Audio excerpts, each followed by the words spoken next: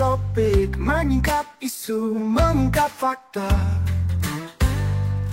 Assalamualaikum warahmatullahi wabarakatuh. Halo, selamat siang, selamat sore para pendengar radio dimanapun Anda berada, dan juga para pemirsa YouTube channel Lintas Topik ya. Hari ini kita kembali lagi, ada saya Ricky Wibisana dan juga rekan saya. Ya, saya Dea Agustin Yunandang. Kita biasa opening host ya, ya. Benar. Apa kabar dia, sehat? Alhamdulillah sehat walafiat. Soalnya hari ini kita berhubungan dengan kesehatan. Benar. Ya, spesialnya bersama dengan Bapak Heriono SKMMM. Selamat siang Bapak Heri. Siang Mbak. Iya. Hari ini spesial banget ya narasumber kita di Lintas Topik ya. Ada Bapak Heriono. Ini sebagai apa Mbak Dia? Ya, beliau adalah Kabid P2P, Pencegahan dan juga Pengendalian Penyakit di Dinas Kesehatan Kabupaten Wonosobo. Menarik sekali ya. Dan tentunya udah siap juga host utama kita, ada Ida Agus. Siap ya Mas Ida Agus? Siap. Udah siap dengan segala pertanyaannya ya? Siap. Dari kemarin sebulan yang lalu atau setahun yang lalu ya. Oke, pastikan untuk Anda tetap stay tune di channel ini ya. Dan untuk 1 jam ke depan ya kira-kira ya Dea ya. Betul. Oke. Dan buat yang pengen dengerin di radio juga bisa. Di mana Dea? Melalui 98.8 Citra FM dan juga di 98 FM Radio Purnama CD. Dan juga bisa melalui streamingnya. Iya, di jogjastreamers.com. Dan juga jangan lupa nih di channel YouTube Lintas Topik juga harus subscribe dong ya. Harus subscribe. Oke, dan tentunya pada kesempatan kali ini kita bersama dengan Cleo. Oh iya. Ini udah minum Cleo hari ini dia. Sudah dong. Aduh, menyegarkan sekali. Iya, dan benar. menyehatkan dong tentunya kan. Air mineral ya. Oke, tanpa berlama-lama langsung aja kita serahkan ke Ida Agus. Baik, terima kasih Dea dan Ricky ya. Kita hari ini luar biasa, meskipun hujan tapi tetap jalan untuk podcastnya. Dan Sobat Citra, sahabat Purnama CD serta pemirsa Lintas Topik, kita akan membahas hal-hal yang berkaitan dengan kesehatan. Kita tahu bahwa 1 Desember ini dikenal sebagai Hari AIDS sedunia. Dan senyambung dengan itu kita mengundang narasumber yang kompeten yang berkaitan dengan persoalan-persoalan tersebut, di mana kita akan mengulik habis tentang dunia AIDS sehingga tidak lagi bias dan masyarakat bisa memahami dan mengetahui. Narasumber kali ini tadi sudah dijelaskan sama Dea, Pak Heriono SKMMM.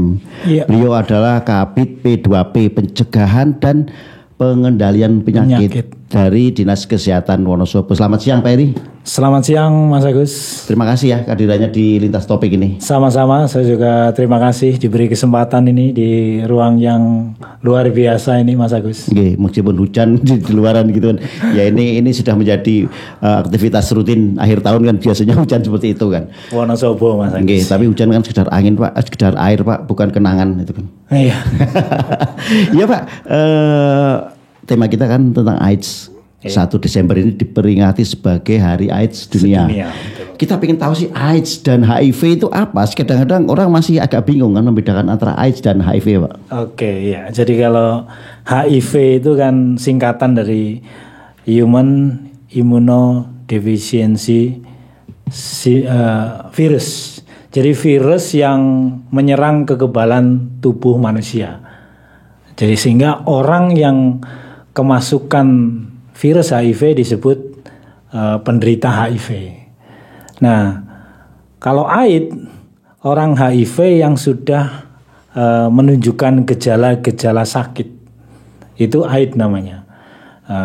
Itu butuh proses panjang, waktu panjang, namanya masa inkubasi.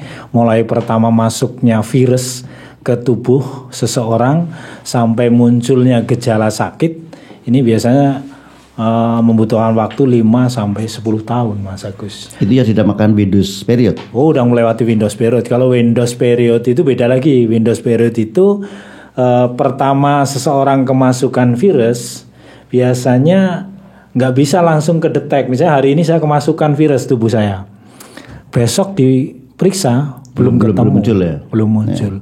Sebulan lagi belum muncul. Kadang sampai 3 bulan itu belum muncul. Jadi Windows period itu kurang lebih waktunya sampai 3 bulan. Jadi dari pertama kemasukan sampai 3 bulan itu darahnya diperiksa belum ketemu virusnya. Itu namanya Windows period.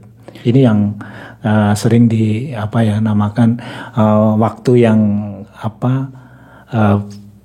bahaya untuk penderita HIV karena nggak dianggap negatif, ternyata di dalam tubuhnya sebenarnya sudah ada virusnya. Itu seperti itu. Kalau misalnya seperti ini,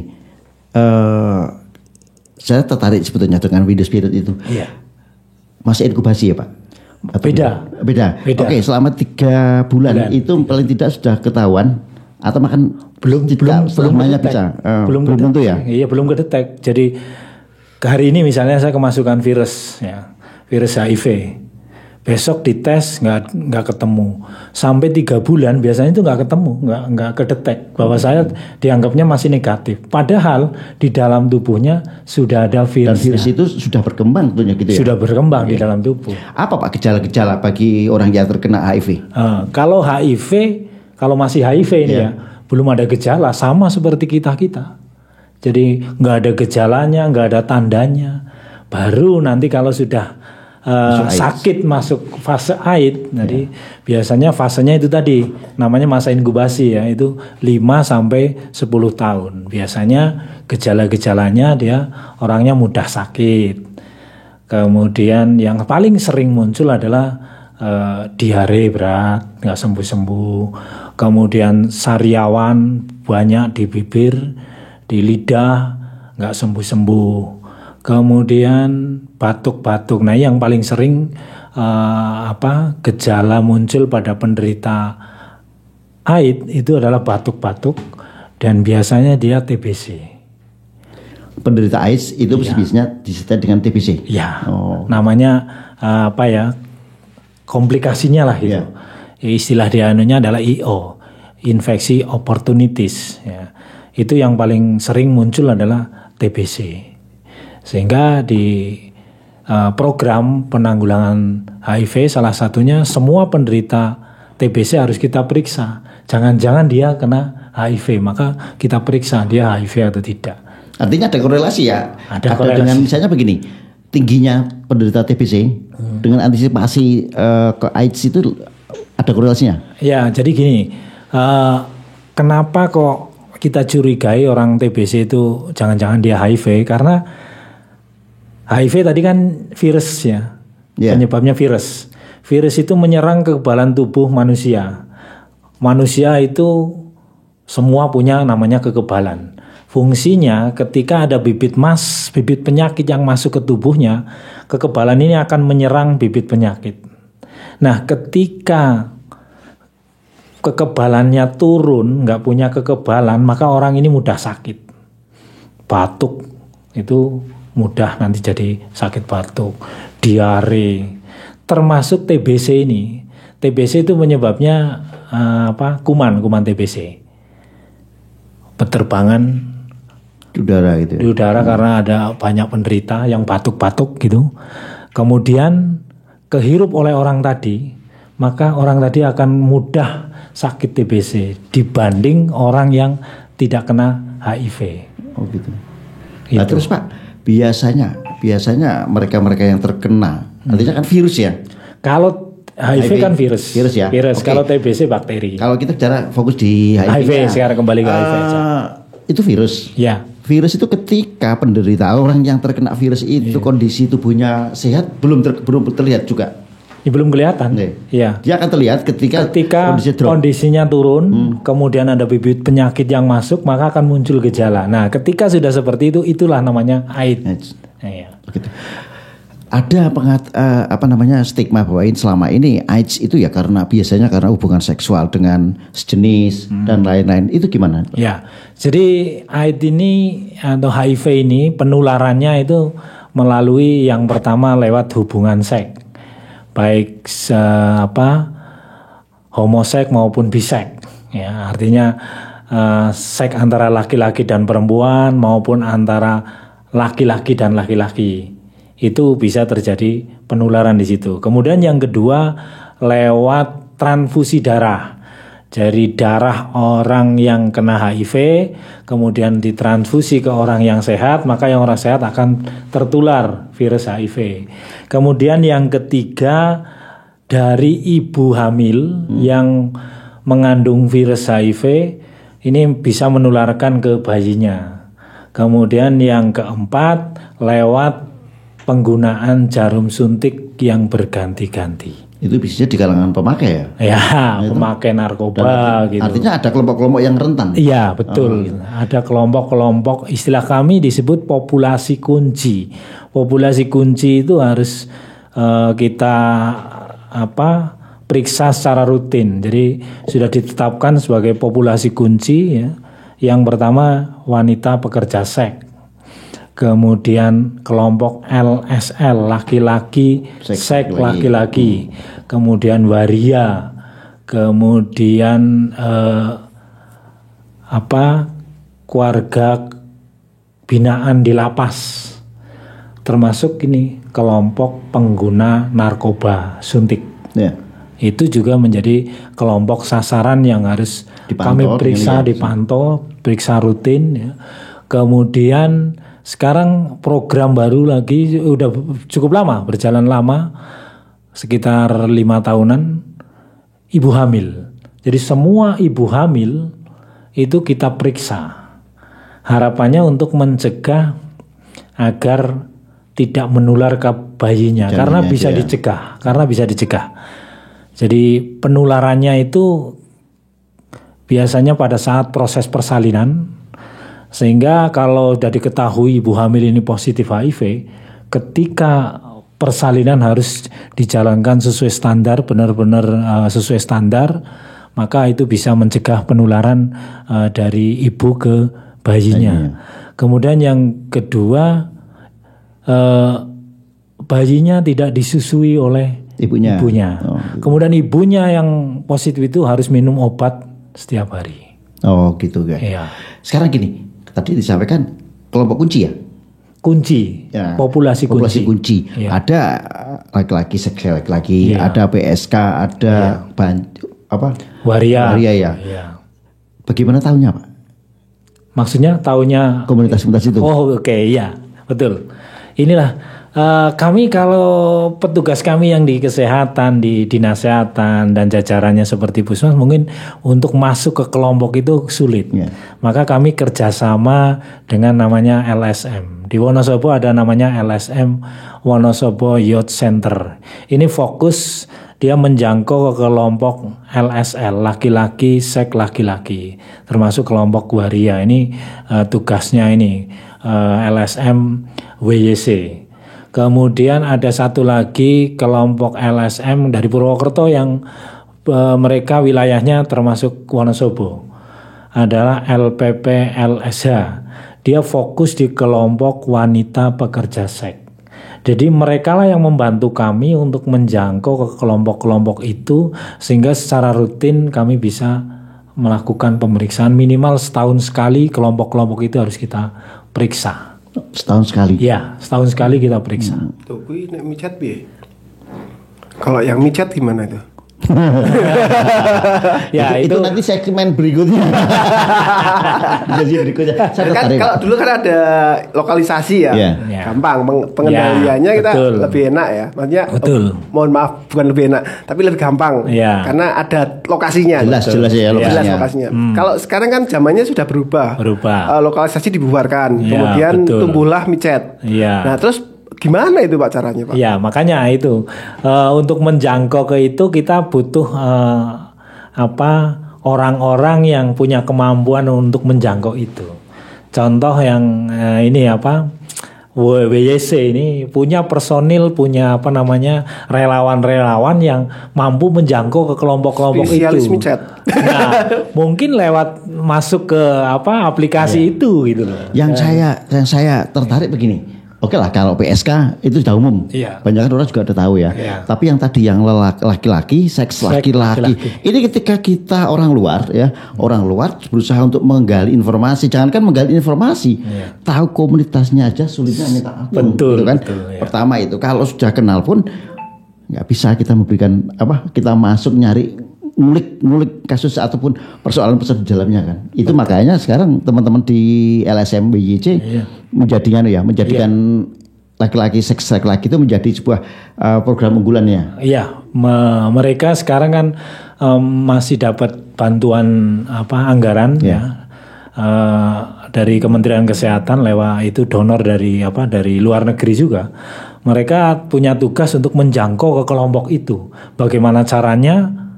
Mereka yang tahu persis. Saya sendiri belum yang tahu, orang dinas kesehatan nggak tahu gitu. Nggak tahu atau belum tahu, Pak? Nah, beda ya Mas. Beda nggak tahu kalau belum tahu atau nggak mau tahu. Ya memang ya kami untuk masuk di situ jelas ya punya kelemahan, dan ya di samping punya kelemahan ya itu tadi sulit kan membedakan mana yang masuk kelompok itu kan mungkin ada kode-kode yang hanya diketahui ya, katanya gitu ya. Katanya seperti Pak, itu. Pak, Wonosobo lumayan banyak ya. Kalau berdasarkan estimasi dari Kementerian Kesehatan untuk kelompok laki-laki, seks laki-laki itu sekitar 1.500. Satu Wonosobo 1.500 itu estimasi. Estimasi. Tapi itu memang pengalaman tahun kemarin kami bisa memeriksa hampir sebanyak itu orang. Tahun 2023. Nah, tahun ini kami mampu sampai September kemarin meriksa 999 LSL. Ini data itu pemeriksaan mulai kapan, Pak? Januari sampai akhir mulai tahun berapa? Pemeriksaan kalau untuk pemeriksaan fokus ke LSL ini kayaknya sudah 5 tahun terakhir ini. 5 tahun terakhir. Trennya gimana, Pak? Trennya naik di itu di usia berapa? Kelompok usia berapa? Kalau berdasar kelompok di usia muda ini 20-an tahun ini. Masih muda banget. Bayangkan kita gini, kita mungkin familiar dengan istilah homo ya. Waktu itu itu orang-orang yang sudah mungkin usia ya di atas 30, 40 gitu kan. Ini di usia 20 mereka sudah masuk di komunitas itu. Iya, sudah ada. Dan mereka memiliki potensi untuk penyebaran AIDS. Betul. Berapa Pak angkanya, Pak? Oke. Angka di Wonosobo sampai dengan akhir September kemarin tahun ini ketemu 76 kasus. 76 kasus di tahun 2024 ini ketemu kasus baru 76. LSL-nya 27 itu yang tertinggi itu. LSL, kelompok LSL itu. Oh gitu. Artinya begini, kita berpikir kalau semakin banyak komunitas anggota-anggota itu yang terpapar ya, boleh saya katakan mungkin terpapar AIDS, berarti itu semakin menyebarkan. Betul, itu kayak, berpotensi. Itu kayaknya fenomena gunung es kan. Betul, potensi untuk menyebarkan cukup besar, sehingga edukasi ke ini terus kita lakukan ke kelompok-kelompok ini lewat jaringannya WC dan teman-teman ini. Gitu. Itu yang kita lakukan. Sekarang juga ada program baru mulai tahun ini ada obat untuk pencegahan bagi kelompok-kelompok mereka. Ada juga. Tujuannya untuk meminimalisir penyebaran itu. Iya, untuk meminimalisir penyebaran. Kemudian ini Pak, yang namanya AIDS di masyarakat paling masih banyak pemikiran kayaknya ini faktor utama penyebarannya pada kelompok PSK misalnya. Di Wonosobo sendiri gimana? Oke. Kalau dari sisi jumlah kecil, malah PSK itu data di kami itu hanya dari tahun pertama kali Wonosobo menemukan HIV itu tahun 2004. Berarti kan sudah 20 tahun ya. 20 tahun total itu data di kami yang ditemukan sejak tahun 2004 sampai dengan September 2024 itu ada sebanyak 1.189 kasus HIV. Oh, gitu. Tahun 2024 ini ketemu tadi ya 76. Kemudian total PSK atau wanita pekerja seks yang positif di Wonosobo itu sekitar 72. Kan nggak banyak. Kalau dibanding jumlah PSK di Wonosobo berapa? Kalau estimasi yang ditetapkan oleh Kementerian Kesehatan itu sekitar 150 yang harus kami periksa. Oh gitu. Itu database yang ada di Dinkes. Ya, data yang dari Kemenkes ditargetkan ke Dinas Kesehatan Wonosobo. Di Wonosobo dalam 1 tahun harus bisa meriksa minimal 150 PSK. Sampai kemarin tribulan 3 akhir September 2024 di tahun ini kami sudah bisa meriksa 155. Padahal bisa jadi jumlahnya lebih dari itu ya Pak? Bisa jadi.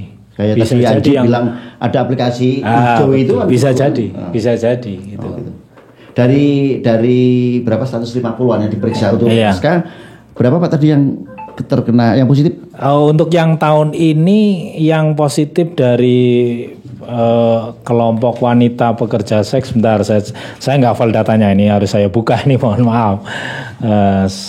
Kayaknya nggak ada yang positif untuk yang tahun ini. Dari 100 berapa tadi? 50-an itu tidak ada yang positif untuk yang PSK untuk tahun ini. Tadi data yang saya sampaikan 70 itu kumulatif dari tahun 2004 sampai dengan saat ini. Tapi yang tahun ini kayaknya yang kelompok PSK, sebentar saya pastikan dulu ya. Jadi tidak ada yang positif kalau nggak salah dari kelompok PSK.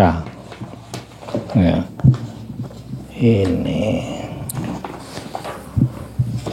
Ini total wanita pekerja seks 72 orang. Ini tapi dari tahun akumulasi 2004 ya. 2004. Yang untuk tahun ini kayaknya nggak dikelompokkan ya, ada juga sebenarnya. Itu 74 sudah menularkan berapa ratus tuh? Ya, ini yang kita nggak bisa. Kita kulik nih. Saya kalau ditanya itu udah menularkan ke berapa orang, nggak bisa jawab itu, Mas. Kalau di masa inkubasi itu masih bisa menularkan nggak sih, Pak? Oh, masih inkubasi? Bisa sekali. Artinya dia begitu kena tertular HIV masa inkubasi sebelum 5 tahun itu dia masih bisa menularkan. Oh iya, bisa menularkan. Begitu dia kena virusnya sudah berkembang di tubuh, ya bisa menularkan. Cuma penularannya tadi hanya lewat itu. Kalau kita ngobrol begini ya nggak ketularan.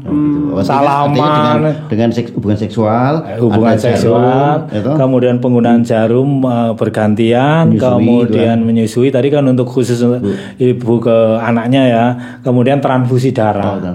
Tapi kalau transfusi darah sekarang kemungkinannya kecil. Kan sudah. Karena sebelum darah itu diberikan ke orang lain untuk transfusi itu udah dicek, diolah dulu ya, diperiksa gitu kan. Harus benar-benar aman. Salah satunya HIV pasti diperiksa. Oke Pak, itu kan tadi kelompok-kelompok komunitas yang kunci di situ. Ya. Ibu rumah tangga seperti apa nih? Ya kan? Selama ini kan kita mikir itu PSK nih penyebarannya. Nah, ibu rumah tangga seperti apa? Ibu rumah tangga juga ada datanya, cukup banyak juga. Banyak, nah ini. Banyak itu. Bahkan kalau dibanding dengan jumlah yang PSK tadi lebih tinggi ibu rumah tangga. Kok bisa? Kok bisa gitu loh. Ya ini yang kasihan kalau menurut saya ibu rumah tangga itu jajan, Mas. Ya, ini 2 kali lipat loh ini. 180 total ibu rumah tangga yang positif HIV yang kita temukan sejak tahun 2004 sampai dengan 2024 ini 180 ibu rumah tangga. Sementara untuk PSK aja cuma sekitar 70-an. 72 kan? Kali lipat lebih. Iya. Itu faktor penyebarannya seperti apa? Kemungkinan besar ibu rumah tangga ini ya karena dapat dari suaminya. Ada juga mungkin ibu rumah tangga ini pekerjaannya bukan pekerjaannya, sering ganti-ganti pasangan karena resiko penularan itu kan karena ganti-ganti pasangan, gitu ya. Yang tidak aman, melakukan hubungan seks tidak aman. Bisa jadi seperti itu. Tapi yang beberapa orang yang kami temui itu karena dapat hadiah dari suaminya. Artinya ibu si istri ini nggak tahu ya kalau suaminya suka jajan di luar terus mengidap itu ya. Bisa jadi seperti itu, bisa jadi.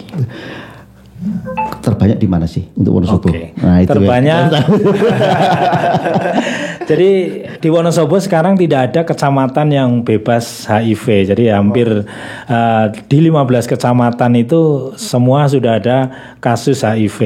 Sudah merata ya Pak? Sudah merata. Tertinggi ada di Kecamatan Wonosobo. Wonosobo ya? Ya, dulu tertinggi, kan di sebelah timurnya. Ya, sebelah timur. Sekarang yang tertinggi ada di Wonosobo, itu sekitar 180-an total kasus sejak tahun 2004 sampai sekarang. Itu dari semua komunitas itu ya? Iya, semua. Enggak cuma ibu rumah tangganya? Enggak hanya ibu rumah tangga, tapi semua kelompok. Itu. Itu ada yang mantan wartawan enggak, Pak? Wah, saya nggak tahu. Nggak boleh disebutkan. Kalaupun saya tahu nggak boleh saya sebut. Tapi gitu ya? Saya kebetulan juga nggak tahu gitu. Nggak tahu. Kalau gini loh, nggak tahu, tidak tahu atau pura-pura nggak tahu. Ya itu tadi saya sebut. Kalau toh saya tahu, nggak boleh saya. Nah itu nanti kita sampaikan juga kan ada kode etik seperti itu kan Pak. Betul. Seperti ini. Artinya bahwa ibu rumah tangga dalam kondisi yang harus diperhatikan juga dengan kondisi ini. Betul. Ibu rumah tangga ini jadi ya kalau sebagian besar tetap itu karena tertular oleh suaminya itu. Maka perlu ada perlindungan ya, salah satunya ini ibu hamil sekarang harus kita periksa. Ibu hamil diperiksa. Semua ibu hamil kita periksa.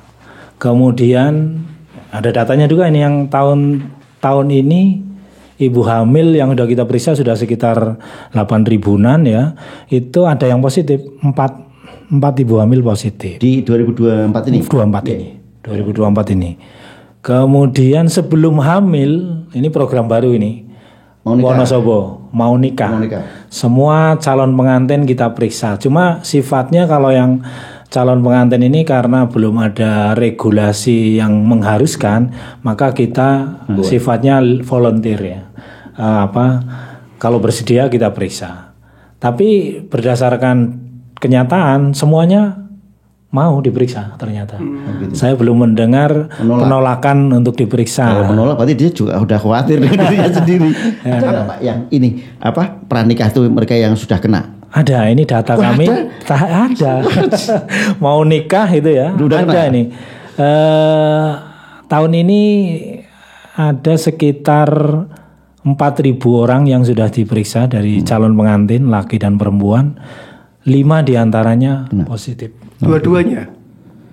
Salah satunya? Nggak ada, hanya salah satu. Nah ketika sudah ketahuan seperti itu, perlakuannya seperti apa dari dinas misalnya? Oke, jadi kalau kami dari dinas tetap mengedukasi bahwa nikah tetap bisa jalan nikah. Nggak khawatir pasangannya gini, wah calon bojoku udah ini ya, udah AIDS gitu. Kenyataan yang 5 ini tetap nikah, jalan nikah tetap. Kan bisa dicegah. Jadi katakanlah yang positif suaminya, calon suaminya. Ini nanti agar tidak menular ke istrinya, ini bisa. Caranya ketika berhubungan pakai kondom, pakai pengaman. Itu kan salah satu cara untuk mencegah penularan. Misalnya dia pingin punya anak, bisa. Tapi high risk juga kan. Nah, syaratnya yang positif ini harus minum obat tiap hari. Terus nanti biasanya ada namanya pemeriksaan virusnya, namanya pemeriksaan viral load. Jadi setelah minum obat minimal 6 bulan, itu kita periksa, itu nanti bisa virusnya sudah tidak terdetek. Artinya undetected. Nah, tidak terdetek itu bukan berarti virusnya hilang. Bukan berarti virusnya hilang atau bukan berarti sembuh. Karena orang yang sudah positif HIV seumur hidup tidak bisa sembuh. Obatnya tidak bisa menyembuhkan, hanya bisa mengendalikan jumlah virus di dalam tubuhnya. Nah, ketika diperiksa kok tidak terdetek, namanya undetected, berarti ini obatnya berfungsi nih. Nah, pada saat itulah bisa diprogramkan untuk katakanlah bikin anak. Itu obat selamanya berarti Pak? Oh, selamanya. Kalau orang sudah divonis HIV positif, sekarang itu harus minum obat selamanya. Dan tiap hari. Kayak TBC ya? TBC itu 9 bulan. Oh, TBC kan hanya 6 bulan, paling lama 1 tahun lah sekarang gitu. Kalau HIV kalau udah divonis positif HIV, maka dia harus minum obat seumur hidup. Kalau dia kepingin punya anak, umurnya sama dengan kita yang nggak kena HIV. Soalnya kan pemikiran kita ketika kita sudah kena, orang maksudnya, kok kita sih, ketika orang itu sudah terkena AIDS, ya tinggal nunggu waktu aja gitu kan. Kalau dulu orang ketika didiagnosis positif HIV sama saja kayak vonis mati. Ya, sekarang tidak. Yang penting orangnya mau minum obat secara rutin. Itu kalau obat sendiri harganya sampai berapa, Pak? Oke, kalau harganya mahal saya nggak tahu persis karena kami nggak beli di sini. Kami dapat dropping dari pemerintah pusat, free gratis. Free. Kita yang periksa atau Mas? Enggak, sekarang semua puskesmas mampu melakukan pemeriksaan dan ngobati. Semua puskesmas di Wonosobo ada 24 puskesmas 24, ya? mampu melakukan pemeriksaan, mampu mengobati. Rumah sakit 3 rumah sakit mampu semua. RSU, RSI, PKU. Oke, lah Pak, tadi yang disebutkan pemeriksaan pertama itu 2004. Sekarang 2024, 20 tahun. Mereka-mereka yang terkena saat itu sudah ada yang meninggal. Pertama itu. Kedua, yang namanya PSK misalnya Pak, dari PSK yang sudah terkena HIV/AIDS itu kan mereka mobile Pak, cuma di Wonosobo gitu. Ada nggak perhatian khusus dari dinas? Oke, jadi yang pertama tadi ya, sejak tahun 2004 sampai sekarang apakah ada yang meninggal? Sudah banyak yang meninggal. Dari 1189 ini yang meninggal itu udah sekitar 200-an orang lebih. Jadi kalau kita hitung berarti masih sekitar berapa 800-an orang lebih ya yang masih hidup. Itu berdasarkan data kami. Tapi tidak menutup kemungkinan mungkin orangnya sudah lebih dari 200 itu yang meninggal karena bisa jadi orangnya sudah tidak di Wonosobo juga ada. Karena ya dari sebanyak itu sekarang data di kami yang rutin minum obat, ngambil obat baik itu di rumah sakit maupun di puskesmas itu sekitar 400 sampai 500 orang. Yang rutin. Tadi kan sekitar 800 itu ya? Iya. Tadi kan sekitar 1.500-an itu ya. 1.100-an. Kan udah meninggal 200-an lebih. Kemudian yang kan hitungan kasarannya berarti yang masih hidup kan 800-an lebih. Itu hanya separuhnya yang rutin ngambil obat ke mana rumah sakit, ke puskesmas. Sementara separuh lainnya lagi nggak diketahui. Nggak ketahui. Ini sulit juga pantuannya Pak.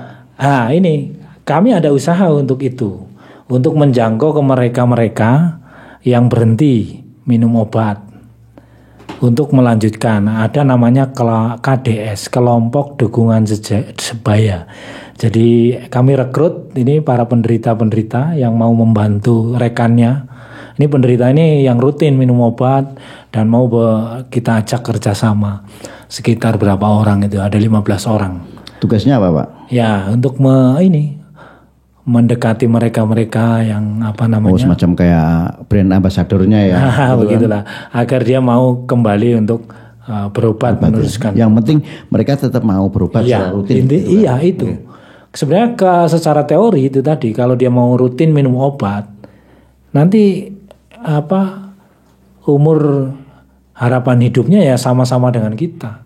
Mungkin nanti meninggalnya karena usia tua itu bukan karena HIV gitu. Sekarang sudah seperti itu sebenarnya. Asal dia mau rutin minum obat. Tapi masih banyak yang karena merasa seperti kita ini. Kalau posisinya belum AIDS kan belum sakit ya. HIV itu kan seperti kita ini. Dia masih saya sehat kok ngapain saya minum obat gitu. Dan obatnya memang ada efek sampingnya. Apa Pak efek sampingnya? Ada yang mual, ada yang pusing gitu. Tapi beda-beda orang, ada yang tahan, ada yang enggak gitu. Ada yang muncul efek samping, ada yang enggak gitu. Itu tergantung orang gitu. Nah Pak, ketika orang itu sudah terkena AIDS, biasanya pandangan keluarga seperti apa? Ya, ini yang mungkin tidak hanya keluarga ya. Masyarakat ini yang masyarakat ini yang penting ini yang menjadi masalah di kita. Kenapa penderita HIV itu belum pada berani open status bahwa saya sakit HIV. Tapi kalau orang sakit paru-paru udah berani ngomong kan. Saya sakit gula itu berani ngomong itu. Mungkin aib ya. Nah, tapi kalau HIV kenapa belum ada berani? Karena masih di masyarakat masih ada stigma. Masih pada takut dengan penderita HIV. Mesti dijauhi. Dijauhi. Dianggap seperti tadi Pak Agus pasti orang nakal gitu. Padahal kan belum tentu. Contoh ibu rumah tangga kan belum tentu ibu rumah tangga nakal. Anak yang lahir dari ibu yang positif HIV, anak apa nakal kok positif HIV? Nah, Ya ini yang masyarakat mungkin belum tahu, dan ini forum seperti ini buat kami sangat penting untuk memberikan informasi kepada masyarakat bahwa HIV itu penularannya hanya tadi yang saya sampaikan, hanya lewat transfusi darah, hubungan seks, kemudian dari ibu ke bayinya, dan penggunaan jarum suntik yang tidak aman atau bergantian. Selain itu nggak bisa. Kita salaman, makan bareng, ngobrol bareng. Ibaratnya tidur bareng saja, asal tidak melakukan hubungan seks. Ya. Ciuman, Pak, ciuman. Ciuman juga tidak. Ciuman tidak menularkan HIV. Hanya hubungan dari darah ke darah ya. Nah, kayak Ireland ludah dan itu enggak. Karena virus HIV di tubuh kita itu adanya di darah, di air mani, di cairan vagina, kemudian di air susu ibu. Hanya 4 tempat itu yang ada virus HIV. Nah, kalau tidak ada ruang untuk proses pemindahan ini, ya nggak bisa terjadi penularan. Air mani ataupun cairan vagina itu kan bisa terjadi kontak ketika melakukan hubungan seks. Oh gitu. Nah, kalau seperti itu sebetulnya ini saya tertarik dengan angka-angka tadi, Pak. Iya, oke. Kondisi yang ada sekarang termasuk yang sudah mengkhawatirkan belum di Wonosobo? Oke. Ya. Kalau berdasarkan data fenomena yang penemuan dari tahun ke tahun ya, ini sudah mulai menurun. Trennya malah menurun. Trennya udah menurun. Puncaknya di tahun 2018 dan 19. Jadi tahun 2018 dan 19 kita 1 tahun itu bisa menemukan sampai 150 lebih. 1 tahun itu 150. Itu puncaknya di situ. Kemudian setelah itu turun-turun sekitar hanya 90-an itu. Tahun kemarin hanya 90 berapa. Penurunan ini. Itu kenapa, Pak? Apakah memang kebetulan mereka mobile tidak terpantau di sini atau memang tidak ditemukan penderita? Ya kalau menurut saya memang sudah sebagian besar sudah kedetek gitu. Karena kami hampir mungkin 5 tahun terakhir ini, bahkan mungkin 10 tahun terakhir ini, target yang ditetapkan oleh Kementerian Kesehatan, orang-orang kelompok-kelompok yang harus kita periksa sudah kita lakukan pemeriksaan. Oke, itu kan yang sudah terdetek, Pak. Ya. Tapi bagaimana dengan fenomena gunung es? Ya. Di bawah justru lebih mengerikan lagi kan? Ya, kemungkinan itu mungkin masih ada ya. Tetapi berdasarkan ini penyakit ini kan penularannya tidak segampang penyakit lain yang hanya kita ngobrol bisa tertular. Kalau HIV kan enggak. Sehingga kelompok-kelompok tertentu yang harus kita jangkau sebenarnya sudah jelas gitu. Tetapi memang ada mungkin yang katakanlah pengguna jasa wanita pekerja seks ya. Atau laki-laki pekerja seks. Nah, cuma kalau laki-laki pekerja seks saya nggak tahu ini di Wonosobo ada apa enggak. Yang sudah kami jangkau adalah wanita. Ini yang mungkin penggunanya. Tetapi kan kita edukasi ke wanitanya ini untuk selalu pakai pengaman. Itu kan salah satu upaya.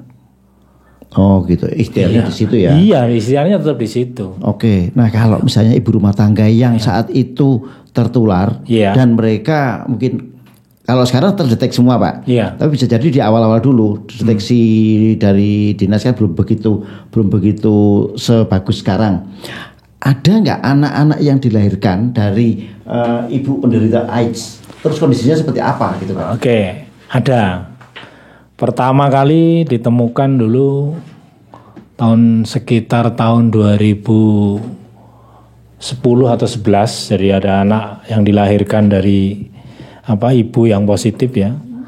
Itu ya artinya ibunya dulu ya, ibunya positif. Anaknya kemudian diperiksa karena waktu itu masih kecil. Ternyata positif. Ibunya udah meninggal duluan, anaknya kemudian diasuh oleh orang tuanya. Waktu itu obat sebenarnya sudah ada ya, sudah tersedia. Cuma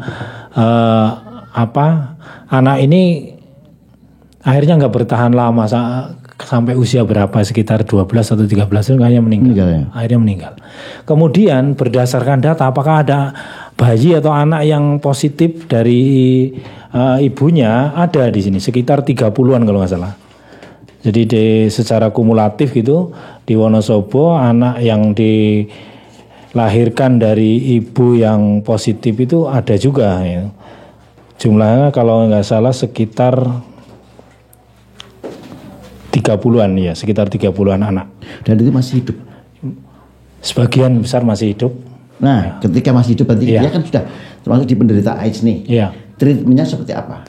Penderita HIV kalau masih belum ada gejala, penderita ya diobati. Seperti terus ya? Iya, sama. Anak itu tahu nggak Pak kalau dia menderita HIV? Kalau yang masih kecil mungkin belum dikasih tahu ya. Tapi sebagian ada yang belum kita periksa juga. Jadi sebagian yang dilahirkan dari ibu yang positif itu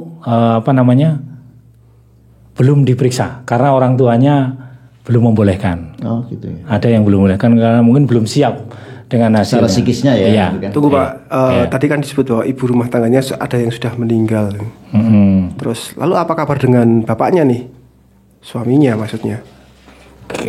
Kayaknya dulu suaminya bukan orang sini gitu, kemudian cerai dia pulang ke sini atau apa, saya lupa itu ceritanya. Oh, gitu. Ceritanya Pak, itu. Ini kan tadi untuk ibu rumah tangga sekitar berapa 150-an ya. Yang positif ya 180. Ya. Itu mereka sekarang masih punya suami atau seperti apa? Kalau punya berarti kan ada tadi anak ibu rumah tangga nih 180. Yeah. Suaminya juga jumlah itu kan? Iya. Ada yang sebagian besar udah meninggal suaminya. Kalau yang dapat dari suaminya itu sebagian besar suaminya udah meninggal. Ada yang masih berpasangan suami istri, dua-duanya positif juga ada. Ada juga yang suaminya positif sampai sekarang istrinya nggak tertular juga ada. Punya anak suaminya positif. Kok bisa nggak nular? Ya itu tadi. Karena mereka melakukan obat. Oh gitu. Karena dia rutin minum obat. Bahkan punya anak ini, ada yang saya. Dan anaknya negatif. Anaknya juga negatif sampai sekarang, istrinya diperiksa juga negatif sampai sekarang. Ada seperti itu. Makanya kita berani merekomendasikan kepada calon manten tadi yang positif, silahkan tetap menikah, bisa dicegah gitu. Yang penting dia rutin minum obat. Kan dulu kalau dengar kena HIV AIDS gitu kan langsung itu tadi kayak divonis mati banget ya. Iya. Kayak public enemy gitu ya di situ ya. Iya. Sekarang sebenarnya kondisi sekarang sudah lebih baik lah. Artinya orang divonis HIV ya sama saja orang divonis hipertensi. Oh gitu. DM. Dia kan nggak bisa sembuh. Seumur hidup orang yang sudah didiagnosa DM atau diabetes mellitus itu dia seumur ya? Nah dia tergantung pola makannya, insulinnya juga. Iya, biar terkendali. Sama dengan HIV sekarang posisinya seperti itu. Jadi sebenarnya sudah tidak semengerikan dulu lah ya, ketika belum ada obatnya. Tidak semengerikan dulu dalam artian perspektif pola pikir. Ya. Tapi dampaknya kan sama aja Pak. Oh dampaknya ya kan? Dampaknya sama aja. Nah ini yang pemahaman ke masyarakat yang harus kita sampaikan. Sehingga nanti masyarakat tidak perlu resah ketika misalnya di sekitarnya kok ada penderita HIV positif. Karena belum tentu dia orang nakal loh, yang pertama tadi belum tentu orang nakal. Kemudian dia bisa hidup layak seperti kita. Syaratnya dia rutin minum obat. Nah, ini ada kontradiksi Pak di sini. Masyarakat nggak usah menjauhi penderita AIDS, tapi di sisi lain kan identitas itu tidak boleh disebar Pak. Kok bisa? Boleh, tapi yang nyebar yang bersangkutan. Oh, sepanjang pengakuan. Oke, aku kena AIDS gitu kan. Cerita gitu kan. Tapi kan etikanya dari dinas enggak pernah ya. Enggak boleh kalau dinas petugas itu paling ya. Iya, enggak boleh. Maka yang boleh membuka identitasnya yang bersangkutan sendiri. Tapi kan sekarang begini ya tadi, tidak setiap orang mau berobat karena mungkin malu, takut di stigma. Iya, berarti aku aja disuruh periksa juga enggak berani, Mas. Sebenarnya sama itu. Semua penyakit tidak hanya HIV, hukumnya sama, nggak boleh dipublish ke orang lain ke publik bahwa status seseorang penyakitnya kecuali yang bersangkutan sendiri. Ya? Itu penyakitnya apa? Yang penderitanya ngember gitu ya?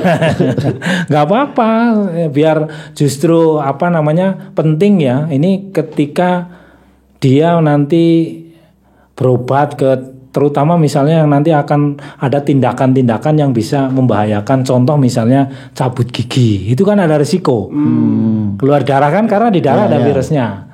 Ini penting buat, terutama sebenarnya buat yang petugas dokternya lah ya, itu. Maka dia akan hati-hati dalam penanganannya, benar-benar nanti safety-nya benar-benar diperhatikan gitu. Ketika yang bilang, Bu atau Pak Dokter, saya ODIF itu orang dengan HIV gitu.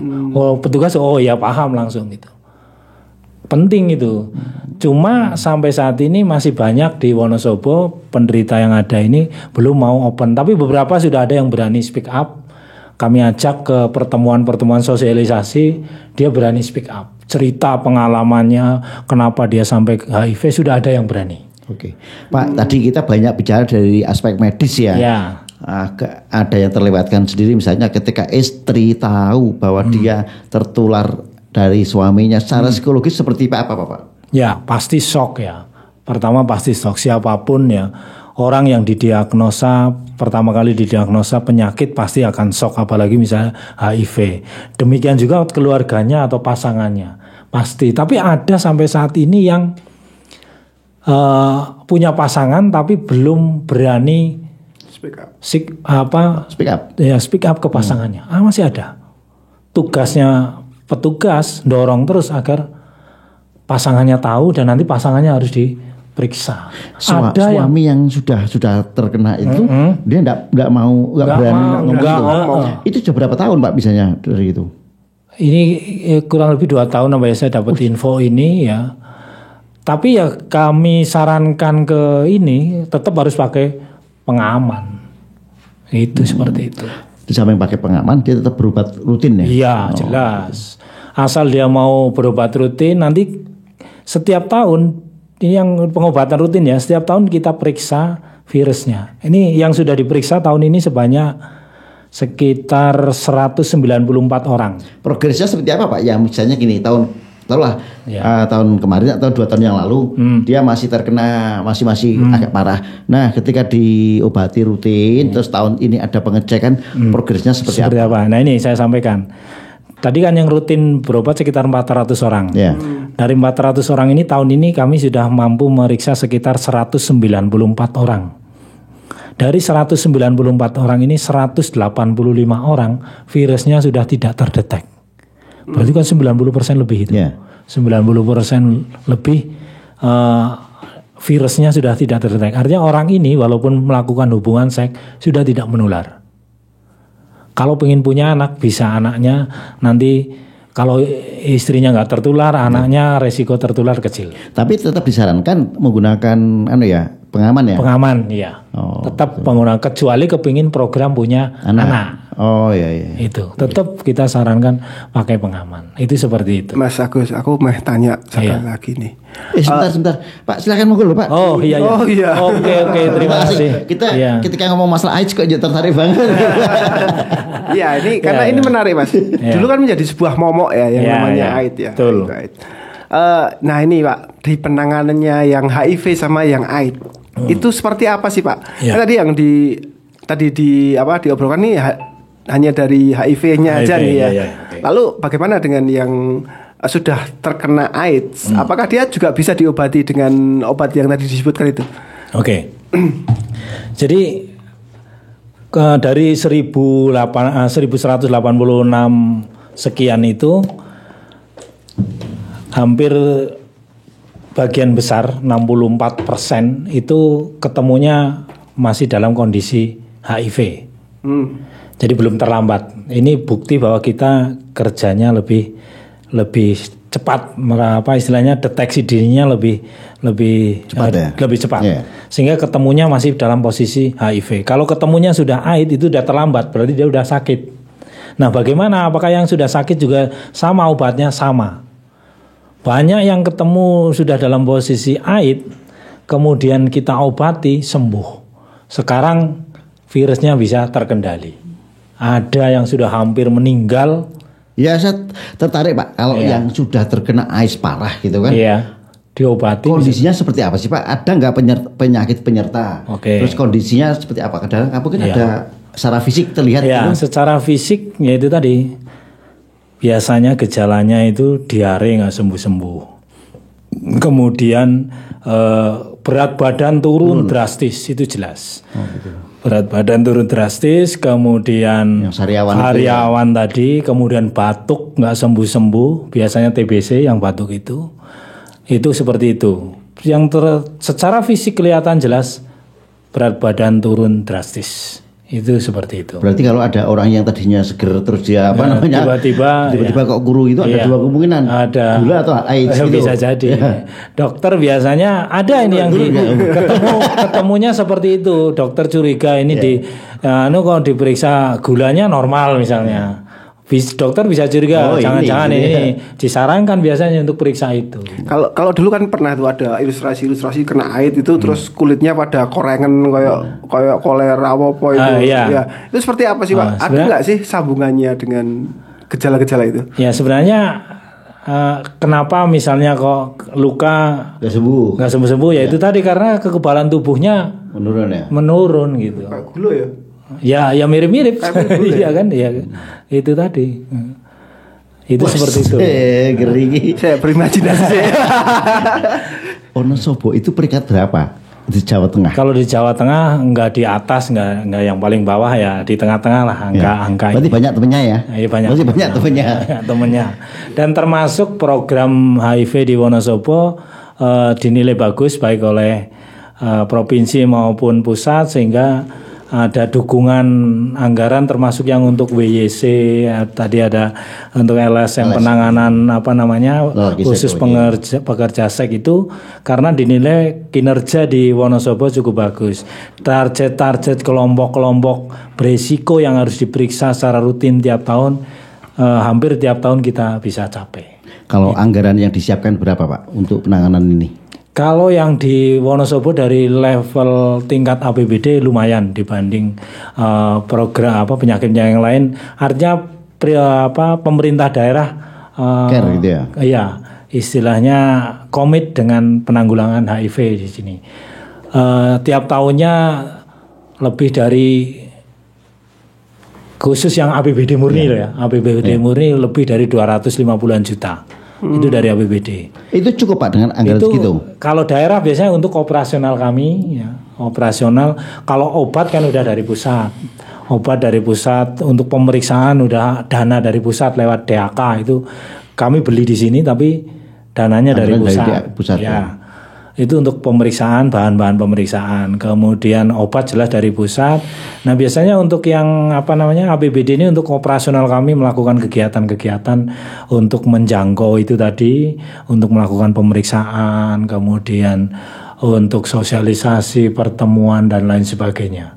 Itu seperti itu. Termasuk di Wonosobo juga ada KPA. Kalau dulu Komisi Penanggulangan AIDS ini orang-orang yang duduk di situ bukan dari dinas-dinas ya, tapi sejak tahun 2000 berapa saya lupa regulasi di pusat KPAN Komisi Penanggulangan AIDS Nasional kan dibubarkan zamannya Jokowi ketika Pak Jokowi itu karena ini terkait masuk melekat di Kementerian Kesehatan, maka kemudian Wonosobo pun mengikuti seperti itu.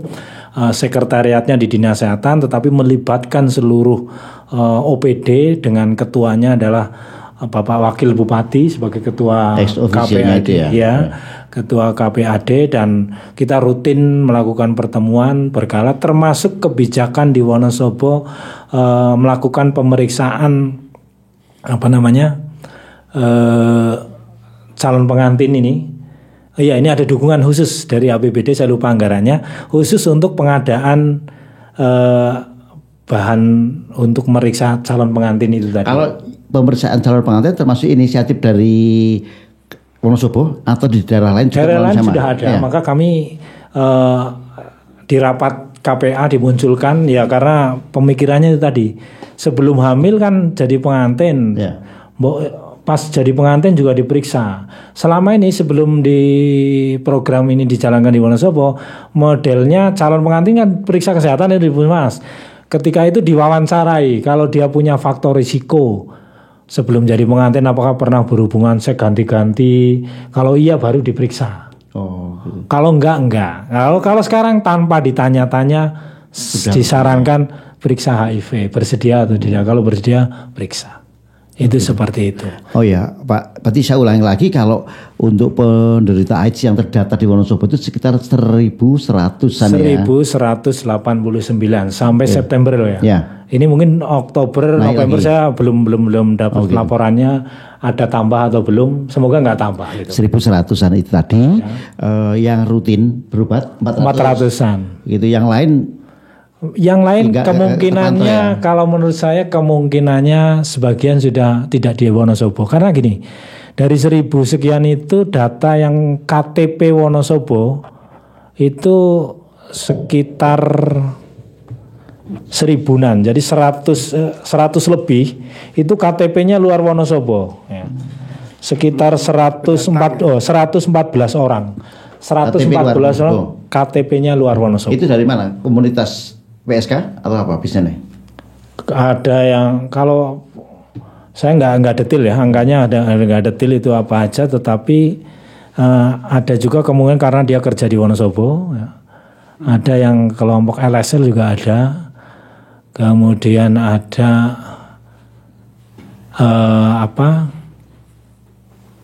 memang tinggalnya tidak di Wonosobo tapi bekerja di Wonosobo, lajonan gitu lah. Ya. Nah, Pak, itu ada juga yang karena biasanya HIV itu nggak mau periksanya di tempat sendiri. Kudangan lainnya itu. Ya, jadi sebenarnya dia tahu tinggal kerja itu nggak di Wonosobo, tapi kemungkinannya lebih gede ya Pak ya, karena mungkin dia periksanya atau terdeteksi tercatatnya di luar kota gitu. Ya. Jadi mungkin dia tahu juga ya tentang HIV, maka kemudian periksanya ke Wonosobo, ternyata positif. Ada yang seperti itu. Lah Pak, dari sekitar 1.100-an tadi yang kena itu, profesinya gimana? Oke, ini profesi. Soalnya kan AIDS itu orang nakal, ini profesinya apa gitu kan? Oke, kalau profesi mungkin secara spesifik kami nggak, saya nggak ngomong dinas kesehatan ada nggak? Gitu. Enggak. Jadi karyawan yang paling banyak adalah kelompok karyawan. Swasta atau ASN? Ya ada. Saya nggak mau misah-misah itu. Karyawan itu. Karyawan itu bahkan bekerja di tempat formal lah ya. Yeah. Kemudian wira swasta juga ada ya. Kemudian tadi ya pengelompokannya itu ibu rumah tangga, LSL, kemudian wanita pekerja seks, itu tadi pengelompokannya seperti itu. Tapi seingat saya ini paling banyak kelompok wira swasta dan karyawan. Berarti kalau yang ibu rumah tangga dengan suami yang laju ya, itu mereka rata-rata kerjanya apa Pak? Yang apa? Suaminya. Yang nyebarin ke istri-istrinya itu. Saya nggak punya data spesifiknya. Belum ya. Ada mungkin punya atau nggak punya. Ya ini pura-pura nggak punya. Kalau ini sensitif ini. Yeah. Sensitif ini data di kami itu. Jadi yang paling tinggi ternyata wira swasta. Wira swasta ya. Wira swasta berapa persen Pak? Kalau kita persentase itu 29,1%. Lumayan tinggi ya, hampir 30%. Hampir sepertiga ya. Ini agak nyelewat sedikit nih Pak. Hari ini kan kita ngomong bahwa Wonosobo menjadi kota wisata nih. Iya, betul. Nantinya akan seperti apa sih Pak? Apalagi kan nggak cuma ribuan nih, sudah mulai puluhan ribu yang datang ke Wonosobo. Iya. Pada tingkatan 1 bulannya. Kalau tahunan kan berarti ratusan ribu orang yang keluar masuk Wonosobo, dan tidak semuanya juga orang baik-baik. Artinya ada nggak sih pantauan untuk HIV AIDS ini di sektor-sektor wisata seperti ini? Ya, kami masuk ke tempat-tempat hiburan ya untuk melakukan pemantauan seperti itu pemerintah. Tapi ya kerjasamanya dengan LSM tadi, menjangkau baik itu kelompok LSL maupun kelompok wanita pekerja seks, itu kita masuk ke situ-situ. Tadi pertanyaannya kan Wonosobo sudah tidak ada lokalisasi. Ya. Kita masuk ke situ-situ ke tempat-tempat tempat-tempat hiburan ya, di mana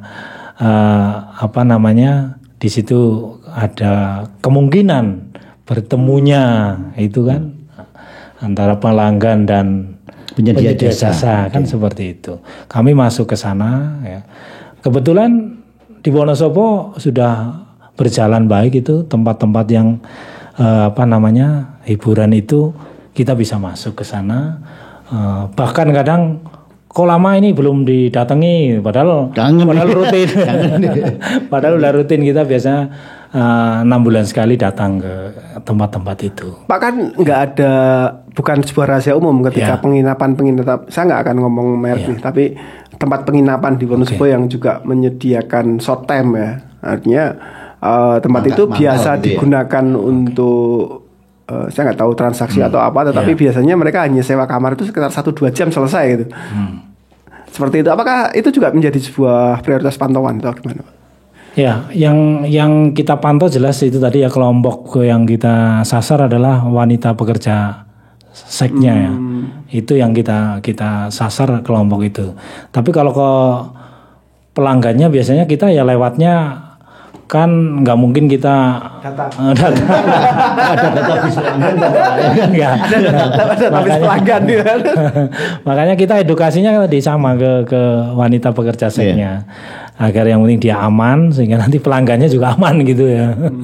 Itu seperti itu, tapi edukasi dan ada suplai untuk pengaman juga ada, itu dari LSM itu memberikan pengaman, dan sekarang ada program itu tadi pencegahan obat. Jadi kita beri obat untuk pencegahan biar dia tidak kena gitu. Kalau dia tidak kena kan nggak nular juga ke yang lain. Itu seperti itu. Kalau AIDS itu di Wonosobo menduduki peringkat berapa dari penyakit-penyakit yang ada? Oh, di luar 10 besar. Di luar 10 besar? Iya, di luar 10 besar. Kalau tertinggi apa, Pak? Tertinggi apa? Tertinggi kalau nggak salah hipertensi. Banyak orang pemarah nih. Tahunya gitu tertinggi. Tertinggi penyakit hipertensi. Oh, kalau untuk yang AIDS masih di luar 10 besar. Masih di luar 10 besar. Aman di 10 besar. Di luar 10 besar. Durasi gimana? Saya tidak pernah khawatir dengan itu. Memang saya cuma khawatir naik konflik ngono, saya agak takut. Ya, sebenarnya nggak perlu takut.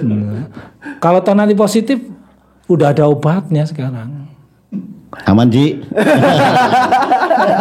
Tapi kembali, kalau Anda yakin bersih, selama ini kenapa bersih, kenapa takut? Itu gak cuma dikorupsi tapi dipinjakin juga.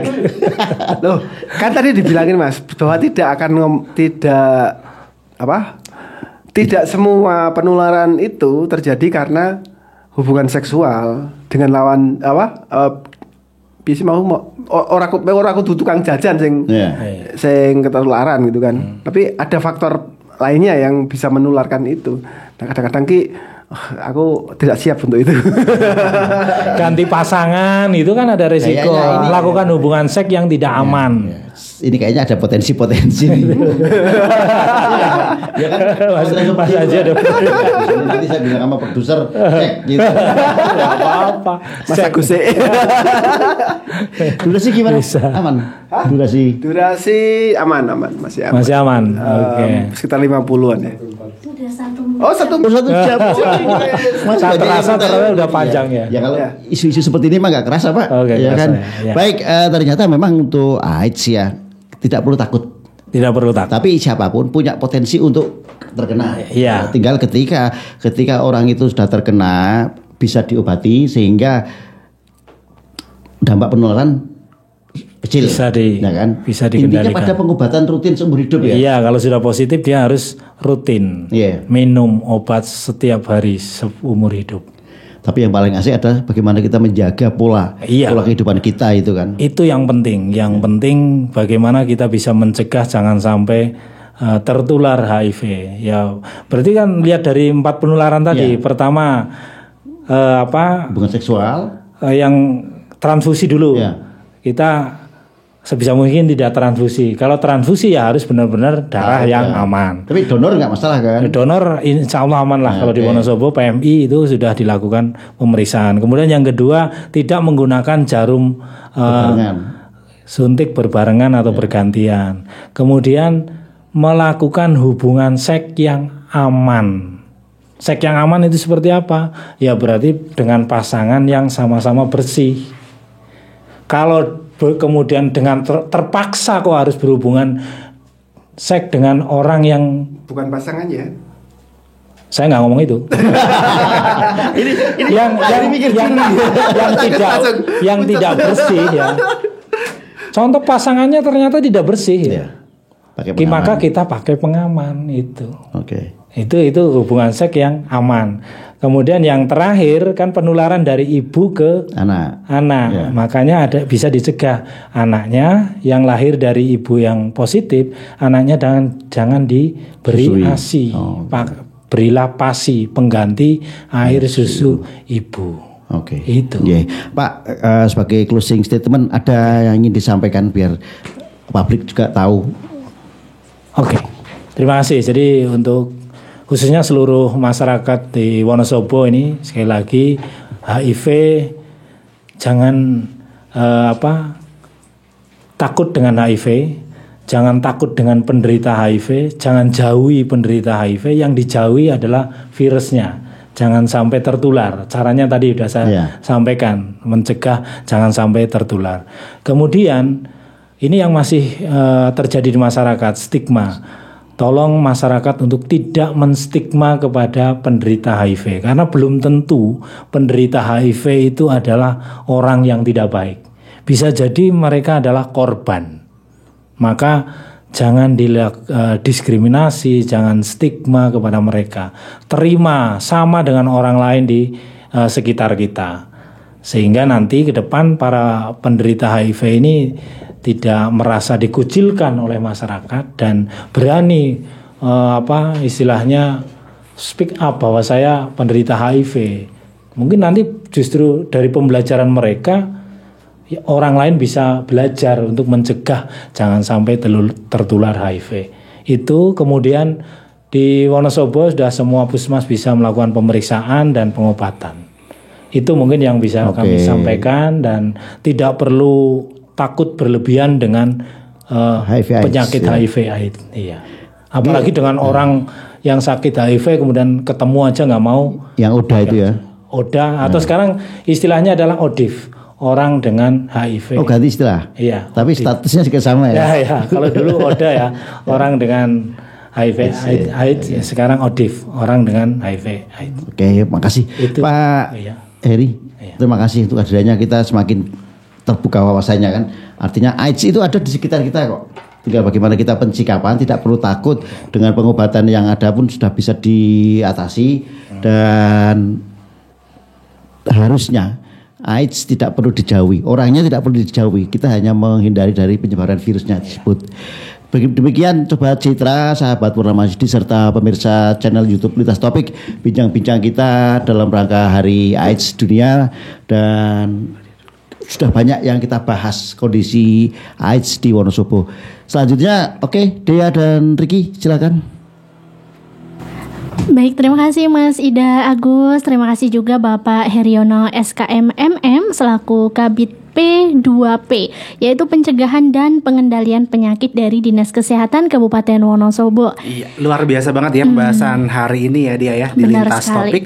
Jadi buat Anda yang pengen tahu ya pembahasan-pembahasan menarik lainnya, terus pantengin YouTube channel di Lintas Topik ya dia ya. Benar, dan Pak. juga bisa dengerin di Radio Citra FM dan juga Radio Purnama Sidi FM. Oke, ya senang sekali di kesempatan siang hingga sore hari ini kita harus pamit nih ya. Iya, Ricky ya. kita host opening, host penutup juga ya. Benar. Host close ya. Oke, dan terima kasih sekali lagi buat Bapak Heri ya. Ya.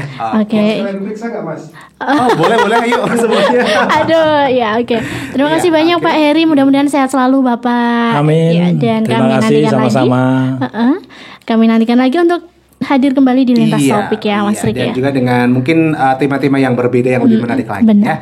ya. Oke, dan demikian untuk Lintas Topik hari ini. Saya Ricky Wisara pamit. Dan saya Dea Agustin Yunandang mohon pamit undur diri. Wassalamualaikum warahmatullahi wabarakatuh.